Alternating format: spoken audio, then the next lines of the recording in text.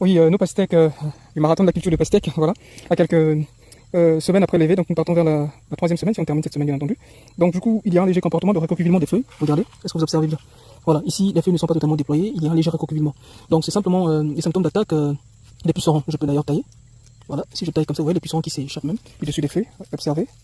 Voilà, ici par exemple, est-ce que vous voyez, regardez, vous voyez les pucerons? Voilà. Donc ce sont eux qui sont responsables du recroquevillement. Donc si je n'interviens pas maintenant, alors je peux déjà subir des véritables conséquences dans 2 semaines. Donc ici je dois impérativement intervenir avec un insecticide de la famille des périthénoïdes, notamment les insecticides dont les terminaisons prennent trine. Donc on a des tamitrine, on a cypermétrine, lambda-cyhalotrine, oui. Ce sont des matières actives efficaces qui luttent contre les pucerons.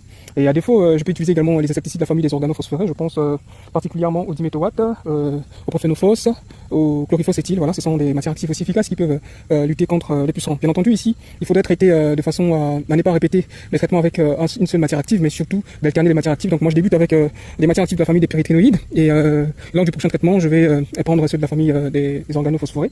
Et peut-être que j'irai aussi avec les matières actives de la famille des nanonicotinoïdes, donc ceux dont les terminaisons se prennent pride, donc notamment acétamipride comme imidaclopride. Voilà, c'était le tapis en ensemble.